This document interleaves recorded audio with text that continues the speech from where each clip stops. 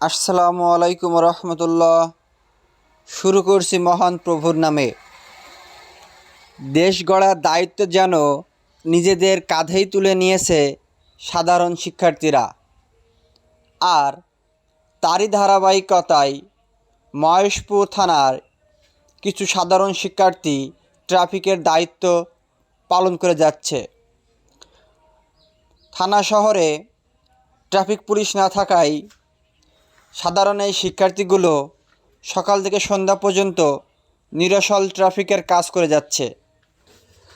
বৈষম্য বিরোধী আন্দোলনের পর দেশ পুনরায় স্বাধীন হয় এবং স্বৈরাচার শাসন থেকে অবসান ঘটে।